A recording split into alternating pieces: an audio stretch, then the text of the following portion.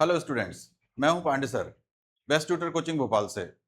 और यदि आप भी कोचिंग बदल बदल करके या ट्यूटर बदल करके परेशान हो चुके हैं और उसके बाद भी आपके नंबर कभी भी इंप्रूव नहीं हो रहे हैं, तो आप भी best tutor coaching Bhopal join करके अपने नंबरों को इंप्रूव कर सकते हैं। और जैसा कि आज हम यहाँ पर क्लास 10th मैथ्स के बारे में क्वाड्रेटिक इक्वेशन चैप्टर के बारे में समझेंगे कि क्वाड्रेटिक इक्वेशन क्या होता है और क्वाड्रेटिक इक्वेशन में किस तरह से उसकी जनरल क्वाड्रेटिक इक्वेशन रहती है और उसके सॉल्यूशंस कैसे फाइंड आउट करते हैं। तो यहाँ हम देख रहे हैं सबसे पहले क्वाड्रेटिक इक्वेशन में कि कोई भी पॉलिनोमियल अगर ax square plus b x plus c के फॉर्म में अगर दिया हुआ है तो इसको हम क्वाड्रेटिक पॉलिनोमियल बोलते हैं। और जैसा कि यहाँ पर एग्जाम्पल के तौर पर हम देखेंगे कि अगर किसी रेक्टेंगल की ब्रेड्थ को x ले लिया जाए और उसकी लेंथ अगर 2x प्लस 1 है और एरिया अगर रेक्टेंगल का 300 मीटर स्क्वायर जैसा कि यहाँ पर दिख रहा है, तो इसका हम एरिया का फॉर्मूला होता है रेक्टेंगल के लिए लेंथ इनटू ब्रेड्थ। तो इसमें 2x प्लस 1 को x के साथ इस तरह से मल्टीप्लाई करके लिखेंगे तो हमें एरिया मिल जाएगा और एरिया की वैल्यू 300 के बराबर है। इसी तरह से जो हमारे पास 2x स्क्वायर प्लस x आया हुआ है उसको हम 300 से इक्वेट कर देंगे और 300 को जब हम लेफ्ट साइड लेकर के आ जाएंगे तो इस तरह से फाइनल इक्वेशन हमें 2x square plus x minus 300 equals to 0 बन जाएगा। और यहाँ पर इक्वालिटी का रिलेशन है और साथ साथ x की पावर मैक्सिमम वैल्यू जो है इसकी डिग्री 2 है। जो हाईएस्ट पावर होता है किसी भी पॉलिनोमियल में उसको हम डिग्री ऑफ द पॉलिनोमियल के नाम से जानते हैं। किसी भी पॉलिनोमियल में अगर उसका हाईएस्ट पावर 2 है मतलब कि पॉलिनोमियल का डिग्री अगर 2 है और साथ में इक्वल्स टू का रिलेशन है, तो ऐसे पॉलिनोमियल्स का इक्वेशन जो बनता है उसको हम क्वाड्रेटिक इक्वेशंस के नाम से जानते हैं। और क्वाड्रेटिक इक्वेशन में हमारे पास में x की पावर 2 होने का मतलब ये है कि इसके आंसर्स भी जो आएंगे वो दो आंसर्स आएंगे, मतलब कि दो ऐसी रियल वैल्यूज हो सकती हैं जो कि x की वैल्यूज यहाँ पुट करने पर ये इक्वेशन सेटिस्फाई हो सकती है। मैक्सिमम जो सॉल्यूशन होंगे वो दो सॉल्यूशंस होंगे। ऐसा भी हो सकता है कि सिंगल सॉल्यूशन एग्जिस्ट करे या ऐसा हो सकता है कि उसमें एक भी सॉल्यूशन एग्जिस्ट ना करे। तो वो हम आगे अभी जैसे जैसे एग्जांपल्स देखेंगे तो और आगे समझ में आएगा। अब हम यहाँ पर जनरल क्वाड्रेटिक इक्वेशन के बारे में देख रहे हैं। जैसा कि ये दिखाई दे रहा है कि a quadratic equation in which variable x is an equation of the form ax square plus bx plus c equals to 0। Means कि हमारे पास ये a b c कोई भी रियल नंबर्स हो सकते हैं, साथ में a का वैल्यू 0 के बराबर नहीं होगा। मींस की जो क्वाड्रेटिक टर्म है हमारे पास x स्क्वायर का जो कोएफिशिएंट होगा वो 0 नहीं हो सकता है, उसके अलावा कोई भी दूसरा हो सकता है। क्योंकि अगर a की वैल्यू 0 हो जाएगी तो ये इक्वेशन जो है वो एक लीनियर इक्वेशन में कन्वर्ट हो जाएगा। और हमारा सिलेबस में अभी जो हम आज पढ़ रहे हैं ये क्वाड्रेटिक इक्वेशन है, इसीलिए ये कंडीशन भी साथ में ध्यान रखना है कि any equation of the form ax square plus bx plus c equals to 0 where a b c are real numbers such that a not equals to 0। For an example हम यहाँ पर एक एग्जांपल देखा हुआ है अपन ने पीछे अभी कि 2x square plus x minus 300 equals to 0 था। उसके अलावा हम और भी कई एग्जांपल्स ले सकते हैं, जैसा कि यहाँ पर 2x square minus 3x plus 1 equals to 0 है। नेक्स्ट एग्जांपल हम देख रहे हैं 4x minus 3x square plus 2 equals to 0 है। और यहाँ पर 1 minus x square plus 300 equals to 0 है।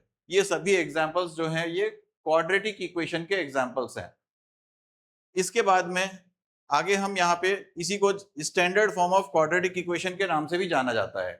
जनरल क्वाड्रेटिक इक्वेशन या standard form of quadratic equation, ये फॉर्मूला हमें याद रखना है ax square plus bx plus c equals to 0 such that a not equals to 0। इसी इक्वेशन को जनरल या स्टैंडर्ड क्वाड्रेटिक इक्वेशन के नाम से जानते हैं।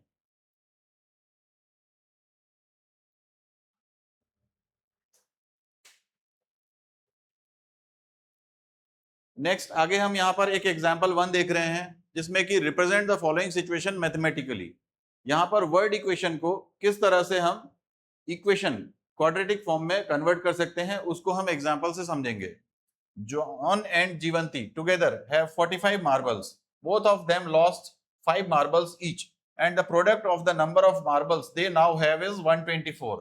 मींस कि जॉन एंड जीवंती दोनों के पास मिला करके 45 मार्बल्स हैं। अगर हमारे पास ये इमेजिन करें कि जॉन के पास में x नंबर ऑफ मार्बल्स हैं, टोटल मार्बल्स 45 होने के कारण जो नंबर ऑफ मार्बल्स जीवंती के पास रह जाएंगे वो 45 माइनस एक्स हो जाएगा, क्योंकि x प्लस 45 माइनस एक्स करने से हमारे पास 45 आता है। तो इस तरह से जॉन एंड जीवंती के पास 45 मार्बल्स होने पर हमने अगर जॉन के लिए x number of marbles imagine किया कि John has x number of marbles, then Jeevanti will have 45 minus x number of marbles. Both of them lost 5 marbles each, means कि हमारे पास जॉन अगर 5 मार्बल्स लूज कर जाएगा तो उसके पास जो रिमेनिंग मार्बल्स बचेंगे वो x माइनस 5 हो जाएगा, और उसके बाद में जीवंती जो है उसके भी पास में 45 माइनस x में से भी माइनस 5 हो जाएगा। तो 45 में से पहले 5 माइनस करेंगे तो हमारे पास 40 माइनस x बचेगा। मींस कि after losing the marbles John has x minus 5 marbles and Jeevanti has 40 minus x marbles. अब इसका दोनों का हमें प्रोडक्ट दिया हुआ है, जो कि प्रोडक्ट लिखा हुआ है 124। मींस कि हमें क्या करना है, x माइनस 5 और इंटू 40 माइनस x। जो हमारे पास टर्म्स रहते हैं उनको प्रोडक्ट करने से पहले उनको ब्रैकेट में लिखना जरूरी होता है, जैसा कि हम अभी यहां पर देख रहे हैं। ये प्रोडक्ट करके हमने दिखा दिया कि x माइनस 5 इस तरह से ब्रैकेट में लिखना है, उसके बाद 40 माइनस एक्स यहां नेक्स्ट ब्रैकेट में लिखना है, और इसमें हमें मल्टीप्लीकेशन कैसे करेंगे उसको हम बता रहे हैं कि x इंटू 40 करेंगे तो ये 40x आ जाएगा, फिर माइनस 5 इंटू 40 करेंगे तो ये माइनस 200 आ जाएगा, फिर आगे x इंटू माइनस एक्स करेंगे तो ये माइनस एक्स स्क्वायर हो जाएगा, x power 1 into x power 1। Power multiplication करने पर वेरिएबल का अगर बेस सेम है तो पावर्स ऐड हो जाती हैं, इसलिए 1 प्लस 1 ये पावर 2 हो जाएगी। उसके बाद हमारे पास माइनस 5 इंटू माइनस एक्स है, माइनस इंटू माइनस ये प्लस आएगा और उसके बाद ये 5x आ जाएगा। तो इस तरह से अब जो टर्म्स हमारे पास लाइक टर्म्स होते हैं उनको हमें ऐड या सब्ट्रैक्ट करके लिखना होता है। जैसा कि यहाँ पर हमें दिखाई दे रहा है ये माइनस एक्स स्क्वायर है, तो सबसे पहले हम माइनस एक्स स्क्वायर लिख लेंगे, फिर 40x प्लस 5x को हम प्लस करेंगे तो 45x आ जाएगा। उसके बाद में ये माइनस 200 जो था उसको लास्ट में लिख लेंगे। हमेशा स्टैंडर्ड फॉर्म की तरह ही लिखना चाहिए क्वाड्रेटिक इक्वेशन को, जिसमें एक्स स्क्वायर का टर्म पहले लिखना है, एक्स का टर्म बाद में लिखना है, और कांस्टेंट टर्म जो भी होगा अलोंग विद देयर साइन उसको लास्ट में लिखना है। इस तरह से हमारे पास ये इक्वेशन आई है, और इक्वेशन को अब हम, जैसा कि पहले हमें दिया हुआ है कि प्रोडक्ट 124 है, तो अब हम यहाँ पर ये जो प्रोडक्ट निकाला था उसको minus x square plus 45x minus 200 equals to 124 कर लेंगे, जैसा कि यहाँ पर हमें क्वेश्चन में पहले से दिया हुआ था, गिवन प्रोडक्ट इक्वल्स टू 124 है। अब इसमें हम 124 को वापस लेफ्ट साइड लेके आएंगे। 124 राइट साइड में पॉजिटिव साइन के साथ है, लेफ्ट साइड आएगा तो माइनस 124 हो जाएगा। मतलब कि कोई भी नंबर अगर साइड चेंज करता है तो उसका साइन चेंज हो जाता है, पॉजिटिव है तो वो नेगेटिव हो जाएगा, नेगेटिव है तो वो पॉजिटिव हो जाएगा। इस तरह से हमारे पास यहाँ पर माइनस 200 और माइनस 124 ऐड हो जाएंगे, जिनका की साइन नेगेटिव में ही रहेगा, तो माइनस 324 आ जाएगा। और यहाँ पर हम देखते हैं कि इक्वेशन में दो टर्म्स जो है वो नेगेटिव है और एक टर्म हमारा पॉजिटिव है, तो हमें कोशिश ये करना चाहिए कि अगर दो टर्म्स नेगेटिव आ रहे हैं तो सभी टर्म्स को माइनस साइन से मल्टीप्लाई कर देंगे, और जिससे दो टर्म्स पॉजिटिव हो जाएंगे और एक सिंगल टर्म नेगेटिव रह जाएगा। मींस कि हमारे पास यहाँ नेगेटिव साइन से मल्टीप्लाई कर देने से ये एक्स स्क्वायर का जो साइन पहले माइनस था अब प्लस में आ जाएगा, और यहाँ प्लस 45x था इसलिए वो माइनस 45x हो जाएगा, और माइनस 324 था तो इसीलिए वो प्लस 324 हो जाएगा। And the final equation we will get is x square minus 45x plus 324 equals to 0। इस तरह से हम कोई भी गिवन वर्ड प्रॉब्लम को क्वाड्रेटिक इक्वेशन में कन्वर्ट कर सकते हैं। तो स्टूडेंट्स अब हम आगे नेक्स्ट एग्जांपल देखेंगे कि क्वाड्रेटिक इक्वेशन नेक्स्ट एग्जांपल में हम किस तरह से फॉर्म कर रहे हैं। अभी हमने पहला एग्जांपल देख लिया है, और अब यहाँ पर हम देख रहे हैं कि let the number of toys produced on that day be x. जैसा कि हमारे पास क्वेश्चन है, यहाँ पर क्वेश्चन हम सबसे पहले पढ़ेंगे, a cottage industry produces a certain number of toys in a day. मतलब कि कोई भी कॉटेज इंडस्ट्री है जो कि कुछ नंबर ऑफ टॉयज बना रही है पर डे, कितने टॉयज बना रही है ये हमें पता नहीं है। आगे यहाँ पर cost of production of each toy in rupees was found to be 55 minus the number of toys produced in a day. मतलब कि अगर हमारे पास में जो कॉटेज इंडस्ट्री है वो x number of toys produce कर रही है, तो इस केस में हमारे को ये बताया है कि जो कॉस्ट है प्रोडक्शन का वो 55 माइनस हो जाएगा नंबर ऑफ टॉयज में से, मींस कि x माइनस 55 हो जाएगा कॉस्ट उसका रुपीज में। और आगे दिया है on a particular day the total cost of production was rupees 750। Total cost हम कैसे निकालते हैं, बिल्कुल सिंपल है। अगर हमारे पास नंबर ऑफ आइटम्स पता है और कॉस्ट ऑफ वन आइटम पता है तो number of items into cost of one item करेंगे तो टोटल कॉस्ट आ जाता है। अब हम सॉल्यूशन किस तरह से लिखना होता है उसको देखेंगे। ये एग्जांपल में जैसा कि हम अब देख रहे हैं कि let the number of toys produced on that day be x, तो कॉस्ट ऑफ प्रोडक्शन हमने लिख लिया 55 माइनस एक्स, और टोटल कॉस्ट ऑफ प्रोडक्शन जो होगा वो x इंटू 55 माइनस एक्स हो जाएगा। और जैसा कि क्वेश्चन में हमें दिया है कि ये टोटल कॉस्ट 750 है, तो हम ये x इंटू 55 माइनस एक्स को हम इक्वल्स टू 750 लिख लेंगे। फिर से हम देखें कि प्रोडक्ट जो है इन दोनों का number of articles into cost of article equals to total cost, तो x into 55 minus x equals to 750 हो गया।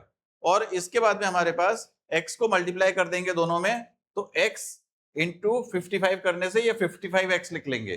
फिर x इंटू माइनस एक्स करेंगे तो ये माइनस एक्स स्क्वायर हो जाएगा, और आगे 750 इक्वल्स टू के बाद लिखा हुआ है।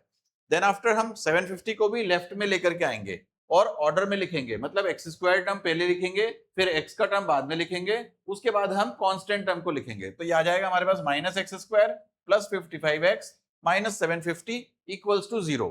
इसी तरह से हमारे पास x square minus 55x plus 750 equals to 0, इसको सबको माइनस साइन से मल्टीप्लाई कर देने के बाद फाइनल इक्वेशन आ जाएगा। और therefore the number of toys produced that day satisfies the quadratic equation x square minus 55x plus 750 equals to 0। ये हमारा फाइनल आंसर हो जाएगा।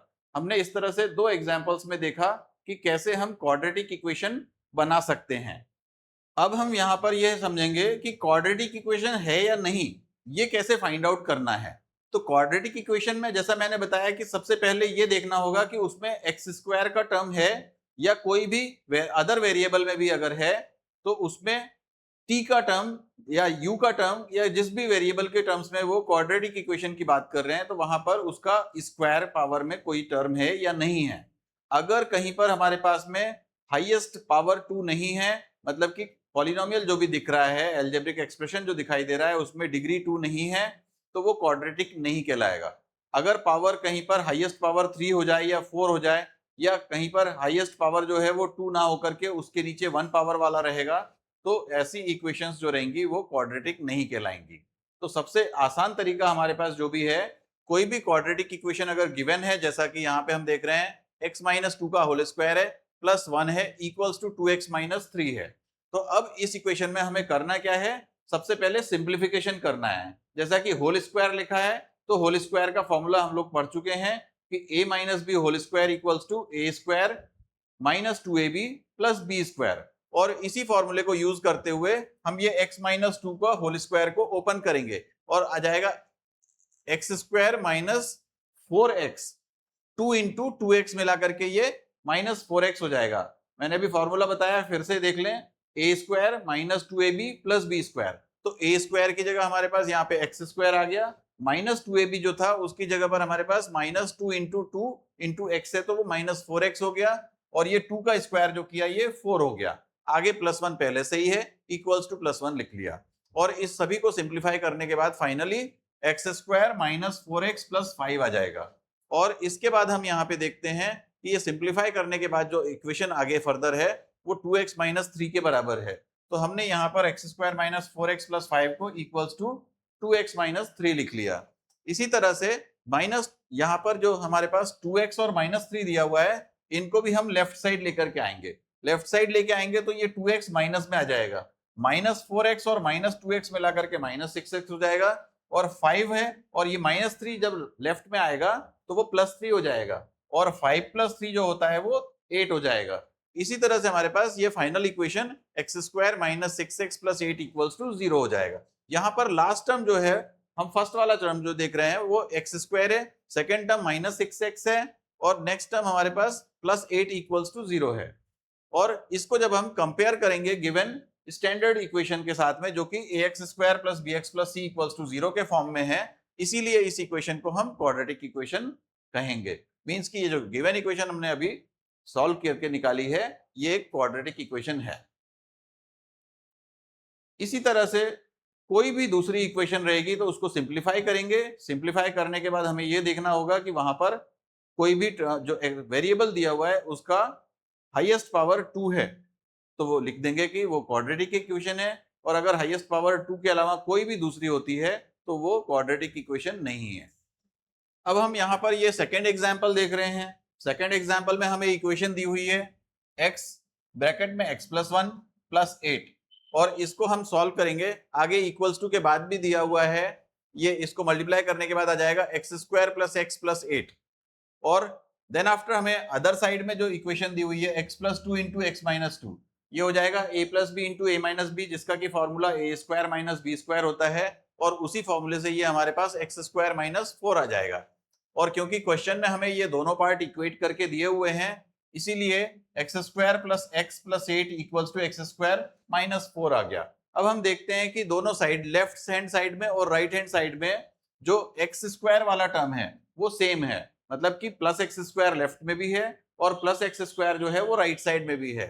तो इसी तरह से हमारे पास ये x² से x² माइनस हो जाएगा जब हम x² को लेफ्ट साइड लेकर के आएंगे और -4 भी जो है वो लेफ्ट साइड आएगा तो वो +4 हो जाएगा और 8 + 4 मिलाकर के 12 हो जाएगा और ये x हमारे पास बचा हुआ है तो ये इक्वेशन फाइनली x + 12 = 0 हो गया। अब यहाँ पे हम देखते हैं कि x² का टर्म नहीं है, x² का टर्म नहीं है इसीलिए ये क्वाड्रेटिक इक्वेशन नहीं है। तो हमें ये देखना होगा सॉल्व करने के बाद कि अगर किसी इक्वेशन में जैसे x² का टर्म खत्म हो गया है मतलब क्वाड्रेटिक टर्म नहीं है तो वो क्वाड्रेटिक इक्वेशन नहीं रहेगी। तो अभी यहाँ पर जैसा कि सेकेंड एग्जाम्पल देखा तो हम फाइनली आंसर में लिखना पड़ेगा कि the given equation is not a quadratic equation. इसी तरह से जो अदर एग्जाम्पल हमारे पास ये थर्ड या फोर्थ दिया हुआ है उसको भी हम सिंपली सॉल्व करके देख सकते हैं और बच्चे लोग उसको अपना सेल्फ रीड करने के बाद अगर उनको कोई प्रॉब्लम लग रही है तो वो हमारे से मैसेज करके क्वेश्चन को डिटेल्स पूछ सकते हैं। तो स्टूडेंट्स अब हम यहाँ पर एक्सरसाइज 4.1 सॉल्व करना सीखेंगे और सॉल्व करने के लिए हमने यहाँ पर लिया है क्वेश्चन नंबर 1 का फर्स्ट पार्ट। जैसा कि यहाँ पे क्वेश्चन में हमें दिख रहा है x+1 का होल स्क्वायर है और इक्वल्स टू 2 ब्रैकेट में x-3 है। ये यहाँ पर भी एनसीईआरटी में हम देखेंगे कि क्वेश्चन नंबर 1 का फर्स्ट पार्ट जो है वो x+1 का whole square equals to 2x-3 है। अब इसको सॉल्व करना है तो सॉल्व हम करेंगे कैसे उसको हम समझ लेते हैं। यहाँ पे सॉल्व करने के लिए जो है इसमें पहले a + b होल स्क्वायर का फॉर्मूला लगाएंगे। जैसा कि यहाँ पे x है वो a की जगह पर है और b की जगह पर 1 है तो a + b का होल स्क्वायर का फॉर्मूला मैं याद दिला दूं कि a + b होल स्क्वायर का फॉर्मूला होता है a² + 2ab + b²। और इसी तो स्टूडेंट्स अब हम आज एक्सरसाइज 4.1 कैसे सॉल्व करना है उसको हम फिर से सीखेंगे कि कैसे यहाँ पर क्वेश्चन नंबर 1 का फर्स्ट पार्ट हम सॉल्व कैसे कर सकते हैं। तो क्वेश्चन नंबर 1 का फर्स्ट पार्ट जो हमें एनसीईआरटी में दिया हुआ है वो है x+1 का whole square equals to 2 bracket में x-3 और इसके लिए जैसा कि यहाँ पे ब्रैकेट लगा करके स्क्वायर दिया है तो इसको हम पढ़ते हैं होल स्क्वायर।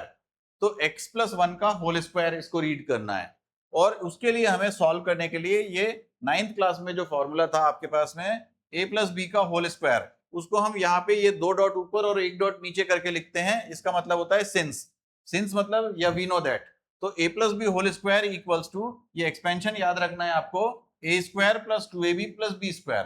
जहां भी होल स्क्वायर लिखा हुआ आएगा मतलब कि ब्रैकेट लगा करके अगर स्क्वायर होगा तो उसको होल स्क्वायर पढ़ना है और होल स्क्वायर को इस एक्सपेंशन को यूज करके हमें सिंप्लीफाई करना है। अब यहाँ पे हम देखते हैं कंपैरिजन करें x+1 का होल स्क्वायर को a + b के होल स्क्वायर से।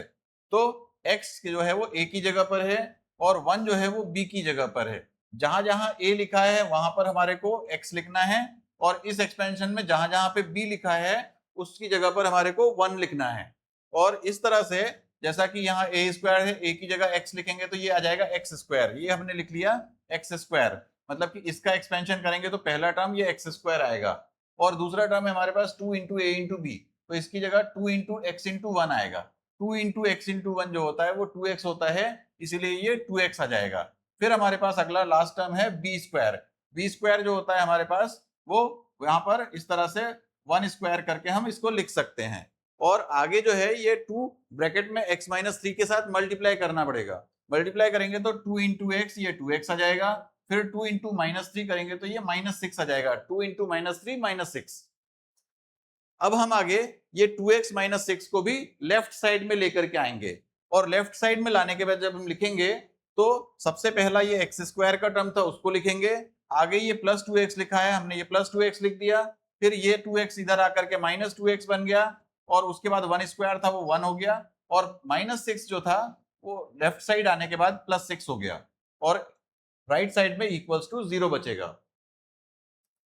इसके बाद हम देखते हैं कि प्लस 2x और माइनस 2x दोनों सेम नंबर है, अपोजिट साइन के साथ हैं, तो वो कैंसल हो जाएंगे, मतलब कि उसकी जगह हमारे पास रिजल्टेंट 0 आ जाएगा। और 1 प्लस 6 जो है इसको हमें प्लस करना है। अब जो बचे हुए टर्म्स रहेंगे उसको हम लिखेंगे लास्ट में। एक्स स्क्वायर को हमने यहाँ पे सिंपली एक्स स्क्वायर लिख लिया, और 1 प्लस 6 को हमारा 7 हो गया। तो ये फाइनल इक्वेशन आ गई हमारे पास, x square plus 7 equals to 0 आ गई। इस इक्वेशन को जब हम कंपैरिजन करते हैं a x square plus b x plus c equals to 0 से, तो हमें दिखाई देता है कि a की वैल्यू कितनी आ रही है। देख के हम बताते हैं। यहाँ पर एक्स स्क्वायर के साथ 1 मल्टीप्लिकेशन में है। जब कोई भी नंबर वेरिएबल के साथ मल्टीप्लिकेशन में दिखाई ना दे, इसका मतलब है कि वहां पर 1 मल्टीप्लिकेशन में होता है। तो एक्स स्क्वायर के साथ में 1 मल्टीप्लिकेशन में है, और यहाँ एक्स स्क्वायर के साथ में स्टैंडर्ड इक्वेशन में a है, तो a इक्वल्स टू 1 हो जाएगा। और उसी तरह से यहाँ पर बी एक्स लिखा है, बट यहाँ x का कोई भी टर्म नहीं है, x का कोई भी टर्म नहीं है, मतलब कि b की वैल्यू जो थी वो 0 हो गई। तो 0 इंटू एक्स 0 था, इसीलिए यहाँ पर हमारे पास इक्वेशन में दिख नहीं रहा है। तो यहाँ पर इक्वेशन में कंपैरिजन करने के बाद हम बता सकते हैं कि b की वैल्यू 0 आ रही है, तो b इक्वल्स टू 0 लिख दिया। इसके बाद c की वैल्यू जो है यहाँ से कंपैरिजन करने के बाद हो जाएगा c इक्वल्स टू 7, तो इसको हम लिख सकते हैं c इक्वल्स टू 7। तो यहाँ से हमारे को पता चल गया कि ABC, और ये इक्वेशन जो है ये इस स्टैंडर्ड क्वाड्रेटिक इक्वेशन के फॉर्म में है। देयरफॉर हम लिखेंगे यहाँ पर answer, the given equation is quadratic equation.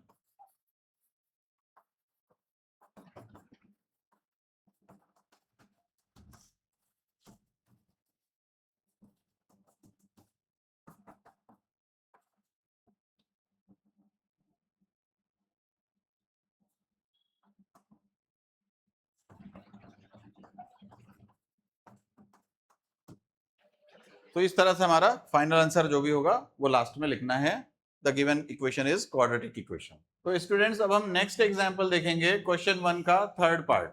इसमें क्वेश्चन 1 का थर्ड पार्ट जो है एनसीईआरटी में वो ये सामने दिखाई दे रहा है, x माइनस 2 और ब्रैकेट में x प्लस 1, मतलब कि दो टर्म्स जो है वो मल्टीप्लिकेशन में दिए हुए हैं, इक्वल्स टू के बाद भी हमारे पास दो टर्म्स दिए हुए हैं, x minus 1 into x plus 3।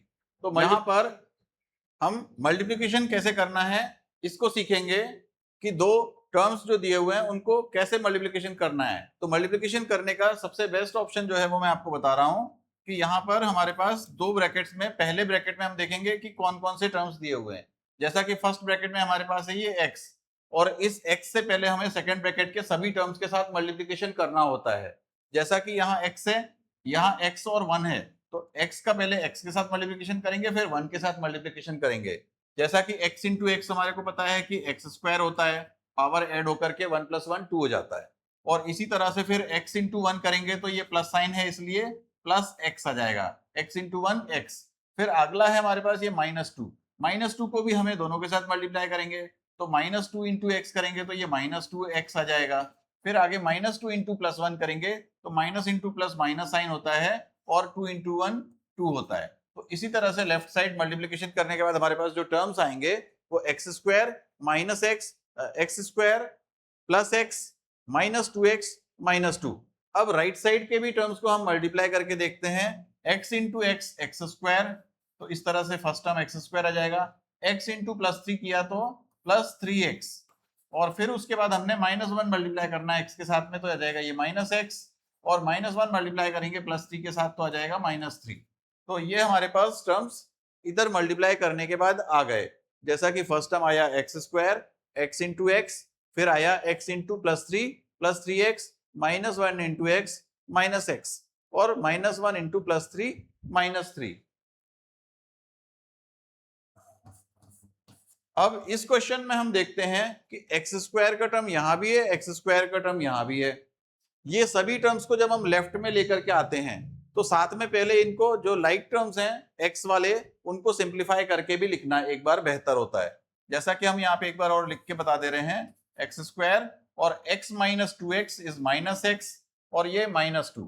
उसके बाद में इक्वल्स टू के बाद हमारे पास जो है एक्स स्क्वायर है और 3x minus x plus 2x हो गया, मतलब 3 माइनस 1 2 होता है, इसीलिए 3x minus x plus 2x आ गया। और नेक्स्ट है आगे -3। अब इन सभी टर्म्स को जब हम लेफ्ट साइड लेकर के आएंगे तो देखते हैं कि ये एक्स स्क्वायर है और उधर से ये एक्स स्क्वायर इधर आएगा, माइनस में हो जाएगा। तो एक्स स्क्वायर को इधर ला करके माइनस में लिखने से पहले भी हम अगर चाहें तो ऐसे केसेस में जहां पर कि दोनों टर्म्स सेम होते हैं और दोनों टर्म्स के जो साइन होते हैं वो भी सेम होते हैं, मतलब कि इक्वल्स टू के बोथ साइड अगर सेम टर्म सेम साइन के साथ हो तो उनको हम वहीं पर ही कैंसिल करके खत्म कर सकते हैं। जैसा कि हम यहाँ पर एक्स स्क्वायर को ये एक्स स्क्वायर के साथ हम खत्म कर सकते हैं, जिससे कि काम थोड़ा जल्दी हो जाएगा, एक स्टेप लिखने की जरूरत कम हो जाएगी।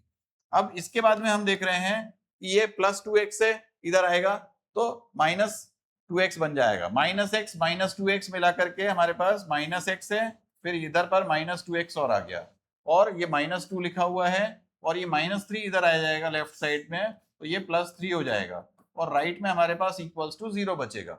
अब हम -x और -2x को जब सॉल्व करेंगे तो दोनों के साइन सेम है और नंबर्स जो रहेंगे वो ऐड हो जाएंगे विद द सेम साइन, और इसका मतलब ये हुआ कि हमारे पास इस तरह से ये -3x आ जाएगा और इधर पर सॉल्व करने के बाद ये 3 - 2 + 1 बचेगा। हमेशा बड़े नंबर का साइन आता है जब भी हम कोई दो नंबरों को प्लस करते हैं, अगर वो अपोजिट साइन के साथ हैं तो जो भी बड़ा नंबर होगा उसी नंबर का साइन फाइनल आंसर में आएगा, जैसा कि यहाँ 3 प्लस में था और 2 माइनस में था, इसीलिए 3 - 2 किया तो ये +1 आ रहा है। इसी तरह से ये हमारे पास जो फाइनल इक्वेशन है वो इसमें कोई भी x का स्क्वायर का टर्म नहीं दिखाई दे रहा है, तो हम यहाँ पे मेंशन कर सकते हैं कि this equation has no x square term, therefore it is not quadratic equation।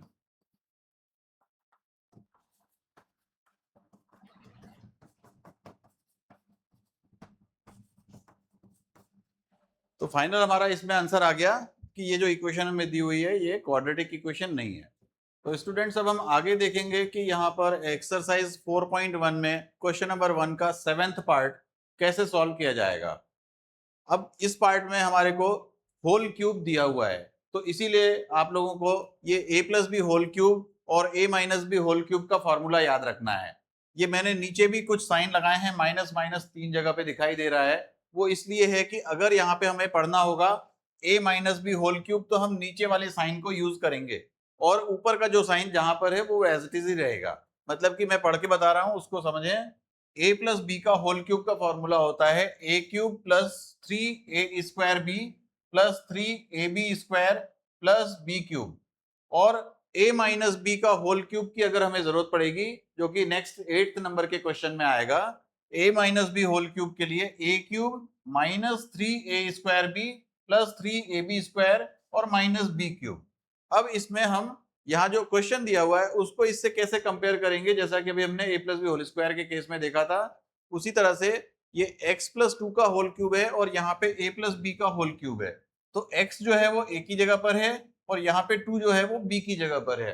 मतलब कि इस एक्सपेंशन में जहां जहां a लिखा हुआ है वहां पे हमें x लिखना है, बाकी पावर्स एज इट इज रहेंगी और नंबर्स भी मल्टीप्लिकेशन वाले सेम रहेंगे और b की जगह पे हमें 2 पुट करना है। तो अब हम पुट करके दिखाते हैं कि कैसे इसको सॉल्व करेंगे।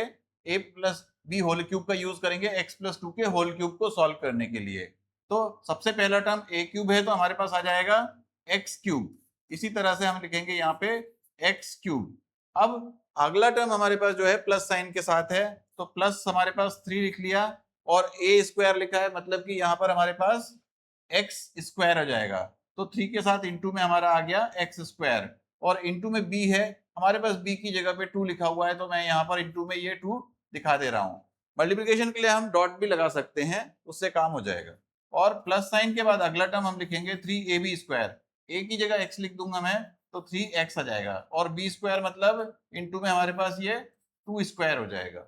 अब नेक्स्ट टर्म हमारे पास +b³ दिया हुआ है, तो हम यहाँ पे लिखेंगे +2 का क्यूब और इक्वल्स टू के बाद ये जो राइट साइड में टर्म दिया हुआ है इसको भी सिंप्लीफाई करके लिखना है, और सिंप्लीफाई करेंगे तो 2x into x square 2x cube हो जाएगा, 2x क्यूब लिख देंगे।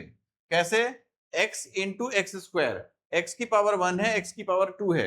मल्टीप्लीकेशन में मैंने बताया है कि जैसा कि बेस सेम रहता है तो मल्टीप्लीकेशन के बाद पावर्स उनकी ऐड हो जाती हैं, और 1 + 2 पावर ऐड होने के बाद पावर 3 बन गया। तो ये फर्स्ट टर्म हमारे पास मल्टीप्लाई करने के बाद 2x क्यूब आ गया। अब 2x इंटू -1 करेंगे तो -2x आ जाएगा। हमेशा सबसे पहले साइन मल्टीप्लिकेशन करते हैं, फिर नंबर या वेरिएबल जो दिया रहेगा उसको मल्टीप्लिकेशन करते हैं। अब इसमें सिंप्लीफिकेशन करने के लिए हम देखते हैं कि सभी टर्म्स को सिंप्लीफाई करने के बाद एक बार कैसे लिख लें। सिंप्लीफिकेशन करेंगे, पहला टर्म यहाँ पर एक्स क्यूब ही है तो एक्स क्यूब ही लिखा रहेगा। यहाँ पर मल्टीप्लिकेशन होगा 2 इंटू 3 6x स्क्वायर हो जाएगा, तो ये 6x स्क्वायर लिख लिया। फिर यहाँ पर भी मल्टीप्लिकेशन करेंगे, सबसे पहले पावर कैलकुलेट करना होता है। पावर कैलकुलेट करेंगे, यहाँ पर 3 इंटू एक्स इंटू 2 स्क्वायर है, तो सबसे पहले 2 स्क्वायर निकालेंगे। 2 स्क्वायर 4 होता है, 2 इंटू 2 4, तो 2 स्क्वायर 4 हो गया, 4 इंटू 3 12 हो गया, और आगे x है तो प्लस 12x आ गया। और नेक्स्ट है आगे उसके बाद 2 क्यूब, 2 क्यूब क्या होता है 8, 2 इंटू 2 इंटू 2, 3 बार 2 को मल्टीप्लाई करेंगे तो 8 आ जाएगा। इसी तरह से हमारे पास अगले टर्म्स जो दिए हुए हैं इधर राइट साइड में उनको लिख लेंगे, उसमें कुछ भी सिंप्लीफिकेशन नहीं हो रहा है अभी। -2x ये आ गया हमारे पास। अब हम देखते हैं यहाँ पर 2x क्यूब है और यहाँ पर हमारे पास में x क्यूब है, तो हमारे पास दो ऑप्शंस हैं कि ये जितने भी टर्म्स राइट साइड लिखे हुए हैं इसको हम सबसे पहले लेफ्ट में ले आए, और उसके बाद लिखने के बाद हम देखेंगे यहाँ पर x क्यूब और -2x क्यूब हो जाएगा। मतलब कि देखते हैं हम, x क्यूब है फिर -2x क्यूब है, उसके बाद हमारा x स्क्वायर के टर्म लिखा हुआ है 6x स्क्वायर, उसको लिख लेंगे प्लस 6x स्क्वायर। हमेशा डिक्रीजिंग पावर में लिखना चाहिए जब भी पॉलिनोमियल्स लिखते हैं, तो मतलब एक्स स्क्वायर के टर्म्स के बाद अब हमारे पास x वाले टर्म आएंगे, तो नेक्स्ट टर्म यहाँ पे लिखा हुआ है +12x, और उसके बाद राइट साइड से -2x भी लेफ्ट में आ जाएगा, तो -2x अब +2x में कन्वर्ट हो जाएगा, तो ये +2x लिख लिया। उसके बाद ये लास्ट कोएफिशिएंट बचा, कांस्टेंट बचा हुआ है जो कि 8 है, उसको भी लिख लिया। राइट साइड में दोनों टर्म्स हम लेफ्ट में ला चुके हैं, इसीलिए यहाँ पर सिर्फ 0 बचेगा। और इस तरह से हम देखते हैं x cube -2x cube plus 6x square plus 12x plus 2x plus 8 equals to 0 आ गया। अब इसमें ये x क्यूब वाले दो टर्म्स हैं, x क्यूब वाले दो टर्म्स हैं तो ये सॉल्व होंगे। सॉल्व करेंगे तो 1x cube -2x cube minus x cube बचेगा। हम यहाँ पर लिखेंगे -x क्यूब, और बाकी टर्म्स सॉल्व करके लिखेंगे, जैसा कि आगे देखते हैं 6x स्क्वायर लिखा है तो हम यहाँ पर 6x स्क्वायर लिख लेंगे। 12x प्लस 2x है तो वो प्लस 14x हो जाएगा। नंबर प्लस होते हैं और वेरिएबल एज इट इज रहता है। आगे +8 है, हम +8 भी लिख देंगे, इक्वल्स टू 0 है। तो इस पॉलिनोमियल में हमें ये x क्यूब वाला टर्म दिखाई दे रहा है, हाईएस्ट पावर जो है वो 2 नहीं है, इसीलिए ये एक क्वाड्रेटिक इक्वेशन नहीं है। तो यहाँ पर हम मेंशन कर सकते हैं कि since the given equation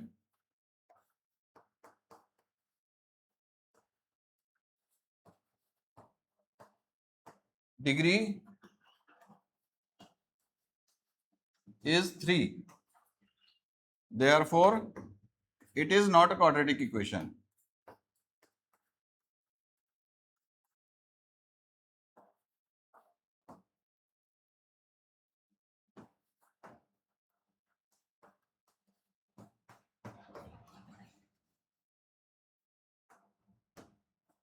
answer.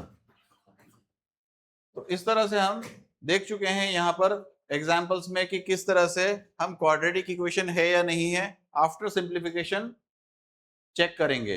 अगर मैंने फिर से आपको याद दिला दूं कि जैसा कि हमें अगर फाइनल डिग्री जो है किसी भी पॉलिनोमियल में इक्वेशन में वो 2 आ रही है तो उसको हम क्वाड्रेटिक इक्वेशन लिखेंगे। अगर डिग्री 2 नहीं आ रही है तो इन दैट केस वो क्वाड्रेटिक इक्वेशन नहीं होगा। और ये डिसाइड करने के लिए सबसे पहले जो भी हमें इक्वेशंस दी हुई है उनको सिंप्लीफाई करना होगा। अब आगे आपके लिए क्वेश्चन 1 के जो रिमेनिंग पार्ट्स हैं अभी हमने प्रैक्टिस करने के लिए आपके लिए छोड़ रखा है। अगर किसी बच्चे को वो नहीं बनता है तो हमारे से अपना मैसेज करके कमेंट करके वो क्वेश्चन पूछ सकता है। हेलो स्टूडेंट्स, अब हम आगे देखेंगे क्वेश्चन नंबर 2 का फर्स्ट पार्ट एक्सरसाइज 4.1 में से। तो हमें यहाँ पर दिया हुआ है कि एक्सरसाइज 4.1 में क्वेश्चन 2 में कि area of rectangular plot is 528 metre square and the length of plot in metres is 1 more than twice its breadth, we need to find the length and breadth of the plot. तो इसमें हमारे को ये बताया है कि area of rectangular plot जो है वो 528 मीटर स्क्वायर है। तो यहाँ पे गिवन इस तरह से लिखेंगे, area of rectangular plot is 528 metre square, क्योंकि शेप रेक्टेंगल का है तो हम सिंपली लिख लेंगे area of rectangle equals to 528 metre square. और आगे हमें दिया हुआ है कि लेंथ जो है वो ट्वाइस से 1 ज्यादा है ब्रेड्थ के कंपैरिजन में। तो हम यहां पर इमेजिन करेंगे, let breadth be equals to x and length of rectangle L equals to 2x plus 1। जैसा कि अभी मैंने बताया कि लेंथ हमें दिया हुआ है वो ट्वाइस ऑफ द ब्रेड्थ है, तो x अगर हमारे पास ब्रेड्थ है तो ट्वाइस से 1 ज्यादा है। जैसा कि अभी मैंने बताया कि लेंथ ऑफ द रेक्टेंगल जो है वो ट्वाइस ऑफ द ब्रेड्थ के कंपैरिजन में 1 मोर है, तो इसीलिए हमने यहां पर लेंथ को लिखा है 2x plus 1। और इसके बाद जैसा कि एरिया ऑफ रेक्टेंगल दिया है 528 मीटर स्क्वायर, तो हमारे पास एरिया ऑफ रेक्टेंगल का फॉर्मूला होता है length into breadth equals to area, और इसमें ये वैल्यूज तीनों हम पुट करेंगे तो आ जाएगा हमारे पास 2x plus 1 लेंथ की वैल्यू और फिर इंटू में x ब्रेड्थ का वैल्यू इक्वल्स टू 528। अब यहाँ पर हमें इक्वेशन लिखते समय यूनिट लिखने की जरूरत नहीं होती है, इसीलिए अब आगे हम इसमें मेंशन करेंगे, मल्टीप्लाई करके इक्वेशन बनाएंगे 2x स्क्वायर और यहाँ x इंटू 1 x हो जाएगा और 528 लेफ्ट में आएगा तो माइनस 528 हो जाएगा और राइट साइड में सिर्फ इक्वल्स टू 0 बचेगा। इस तरह से लिखेंगे 2x square plus x minus 528 equals to 0। ये हमारे पास क्वाड्रेटिक इक्वेशन रेडी हो गई है। तो यही इक्वेशन हमारा इस क्वेश्चन में आंसर है, और जहां आंसर आ जाता है तो वहां पर हमारे को इस तरह से आंसर मेंशन करना है। तो स्टूडेंट्स अब हम यहां पर पढ़ेंगे कि क्वेश्चन नंबर 2 सेकंड पार्ट कैसे सॉल्व किया जाएगा। तो इसमें सबसे पहले हम क्वेश्चन नंबर 2 को रीड करके देखते हैं। सेकंड पार्ट में हमें दिया हुआ है क्वेश्चन 2 के सेकंड पार्ट में कि the product of two consecutive positive integer is 306 and we need to find the integers. यहां पर मैं आपको बता दूं कि टू कॉन्जिक्यूटिव पॉजिटिव इंटीजर्स का मतलब क्या है, one after the another next number. जैसे हमारे पास एक पॉजिटिव इंटीजर अगर 5 है तो नेक्स्ट पॉजिटिव इंटीजर हमारा 6 है। इसी तरह से हमारे पास जो भी दो पॉजिटिव इंटीजर होते हैं उसमें जो पहला नंबर होता है उसमें अगर 1 प्लस कर दें तो नेक्स्ट कॉन्जिक्यूटिव पॉजिटिव इंटीजर आ जाता है। इसको हम क्वेश्चन को सॉल्यूशन में कैसे लिखेंगे उसको देख रहे हैं। अब हम यहां से देखते हैं कि let two consecutive positive integer numbers be x and x plus 1, मतलब कि हमने दो कॉन्जिक्यूटिव पॉजिटिव इंटीजर को ले लिया, पहले वाले को x तो दूसरा नेक्स्ट नंबर हो गया x plus 1। According to question जैसा हमें दिया है कि दोनों कॉन्जिक्यूटिव पॉजिटिव इंटीजर का प्रोडक्ट जो है वो 306 है, तो इसीलिए हम लिखेंगे इनका प्रोडक्ट लिख करके, बोला था मैंने इनका प्रोडक्ट। तो स्टूडेंट्स इसको हम लिखेंगे यहाँ प्रोडक्ट करके जैसा कि क्वेश्चन में दिया है x into x plus 1 equals to 306, और उसको मल्टीप्लाई करने के बाद आ जाएगा x into x x square और x इंटू 1 ये x आ जाएगा, और 306 भी जब हम लेफ्ट साइड लेकर के आएंगे तो माइनस 306 हो जाएगा। इस तरह से हमारे पास फाइनल क्वाड्रेटिक इक्वेशन आ जाएगी x square plus x minus 306 equals to 0, इसलिए उसके आगे हम आंसर लिखेंगे। अब हम आगे देखते हैं नेक्स्ट क्वेश्चन कैसे करना है, क्वेश्चन 2 का third part. Question number 3, question number 2 के थर्ड पार्ट में हमें दिया हुआ है, इस क्वेश्चन को हम रीड करके पहले देखेंगे। क्वेश्चन थर्ड पार्ट है Rohan's mother is 26 years older than him, मतलब कि रोहन की जो मदर हैं वो 26 ईयर रोहन से ज्यादा एज की हैं, मतलब कि रोहन की एज अगर हम x ले लें तो रोहन की मदर की एज जो आएगी वो x प्लस 26 हो जाएगा। इसी तरह से हम यहाँ पे लिखेंगे let Rohan's present age be x years, and Rohan's mother, Rohan's के लिए मैंने यहाँ पे आर लिखा हुआ है, तो रोहन्स मदर्स एज भी x+26 ईयर्स हो जाएगा। ये यहाँ पे 2 डबल डैश लगाए हैं मैंने, वो ईयर्स को कॉपी करने के लिए हैं। अब हम इसमें देख रहे हैं यहाँ पर कि रोहन की मदर को हमने प्रेजेंट एज को x ले लिया है, और रोहन की मदर की जो, तो स्टूडेंट्स अब हम यहाँ पर रोहन की एज और रोहन की मदर की एज को लिख करके देखेंगे। क्वेश्चन में जैसा दिया है, let Rohan's present age be x years and Rohan's mother's age equals to x+26 years, क्योंकि रोहन की मदर की एज हमें 26 ईयर्स ज्यादा दिया है। अकॉर्डिंग टू क्वेश्चन करके हम लिखेंगे कि इनमें जो 3 इयर्स के बाद इनका एज होगा उसका प्रोडक्ट 360 दिया है। तो हम सबसे पहले रोहन की एज में 3 प्लस कर देंगे तो ये हो जाएगा x+3, और रोहन की मदर्स की भी एज में हम प्लस कर देंगे 3, तो ये हो जाएगा x+26+3 आगे इक्वल्स टू 360। क्वेश्चन में हमें गिवन है कि दोनों का प्रोडक्ट जो है वो 360 है।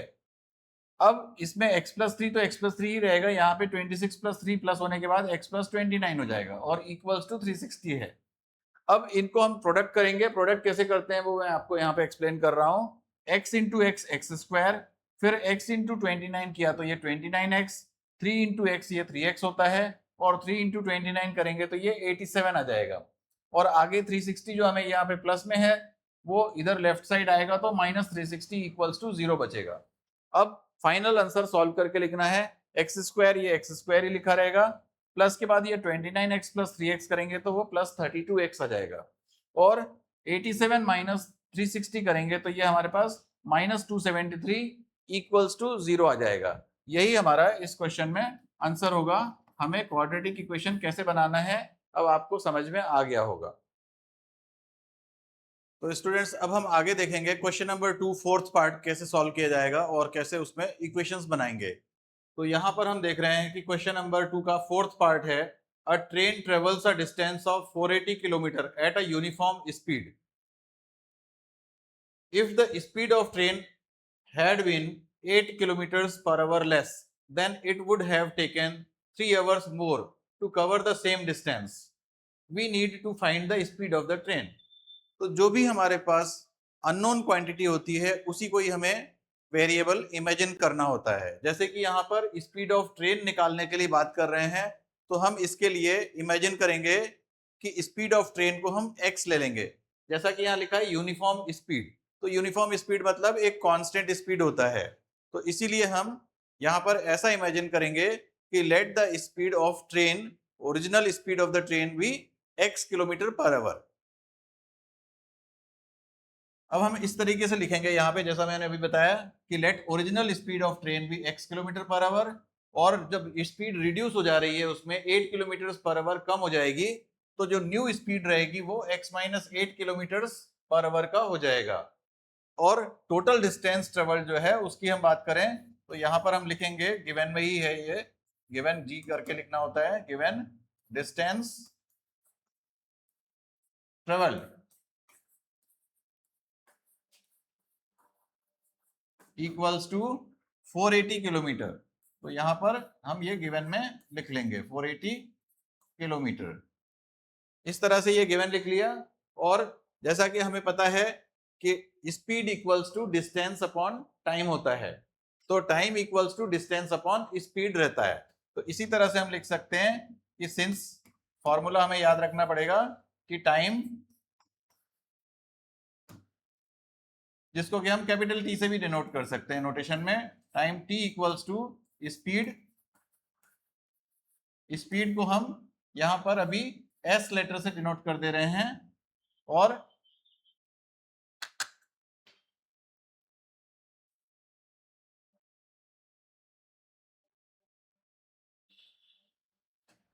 टाइम इक्वल्स टू, जैसा कि यहां पे मैं फॉर्मूला लिख के बता रहा हूं, time equals to distance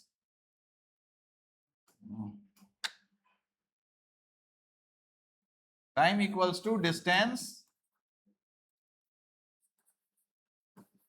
upon speed. तो डिस्टेंस को अपन यहाँ पे डिस्टेंस ट्रेवल जैसा है भी, उसको हम कैपिटल डी से भी डिनोट कर सकते हैं नोटेशंस के लिए, और स्पीड को हम एस से डिनोट कर सकते हैं।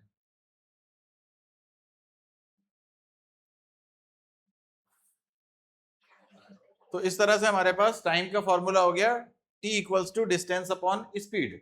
अब इसमें हमारे को जो डिफरेंस आ रहा है टाइम इंटरवल, वो दिया हुआ है कि अगर स्पीड कम हो जाएगी तो 3 आवर्स का टाइम बढ़ जाएगा। तो जो ओरिजिनल टाइम है हमारे पास वो x स्पीड से ट्रेवल करने पर कम टाइम लग रहा है, और x माइनस स्पीड 8 स्पीड से जब ट्रेवल करेंगे तो ज्यादा टाइम लगेगा। तो स्पीड जब कम हो जाती है तो हमारा डिस्टेंस ट्रेवलिंग के जो टाइम इंटरवल होता है वो बढ़ जाता है। तो इसके लिए हम लिखेंगे अकॉर्डिंग टू क्वेश्चन करके हम लिखेंगे कि ओरिजिनल टाइम, मैं यहाँ पे शॉर्ट में लिख दे रहा हूं,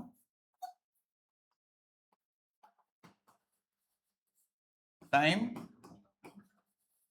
जिसको कि हम यहाँ पे minus new time equals to 3 hours दिया हुआ है। तो ओरिजिनल टाइम हम लिखेंगे इसी डिस्टेंस वाले फॉर्मूले से, तो वो आ जाएगा equation 480 upon x minus 480 upon x minus 8 equals to 3। Equation लिखते समय हमें यूनिट लिखने की जरूरत नहीं रहती है, तो ये जरूरी है कि इस तरह से जैसा मैं लिख रहा हूं वैसा ही लिखें, 480 upon x minus 480 upon x minus 8 equals to 3। अब इक्वेशन को सिंप्लीफाई करेंगे। सिंप्लीफाई करने के लिए दोनों इक्वेशन में हमें 480 लिखा हुआ दिख रहा है, तो 480 को कॉमन निकालेंगे और आगे इक्वल्स टू 3 से फिर इक्वेट करके लिखेंगे।